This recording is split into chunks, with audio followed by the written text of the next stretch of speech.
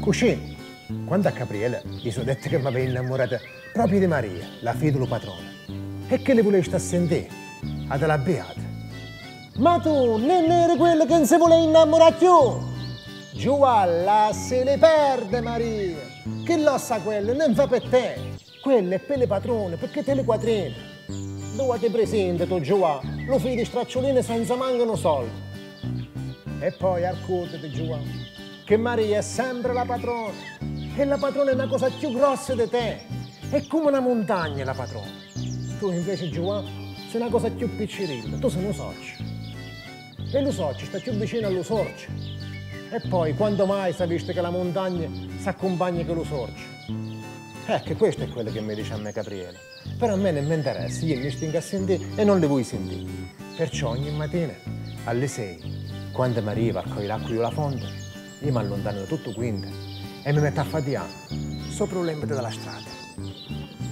E dopo, a un certo momento, io me le vedo arrivare. Piano piano, mi passa la voce. E quando Maria si avvicina, io a quel momento prego Dio. Prego che si potesse fermare tutte le cose. Lo tempo di scorre, lo mondo di girare, lo grano di crescere e lo sole di cuoce. Giusto lo tempo di dirgli due parole. Di dirgli a Maria, io volessi essere sa conga che porta in goccia, per poter accarezzare queste belle capelli nere. Però dopo, lo tempo di inzimbui, lo mondo continua a girare, lo grano continua a crescere e io me ne vedo che si allontana. Piano piano. Non passa la voce. Però, dopo a un certo momento Maria si arvota, ma guarda fissa nell'occhio e mi ride doce.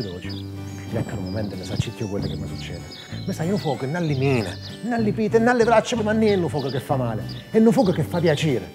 E allora sta buono lo sole di giugno a battere sopra la schiena, e là, mezzo allo grano, fate per 4 persone. Ma che dico per 4? Per 10 persone. E dopo la sera in faccia lo crovelle, io me l'ammazzo che come fosse uno bardascello.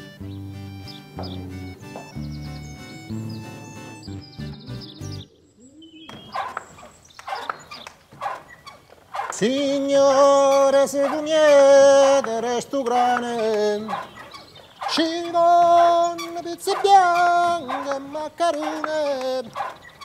Se oggi questa non ce le vuoi dare, io alla faucia e mieti tu.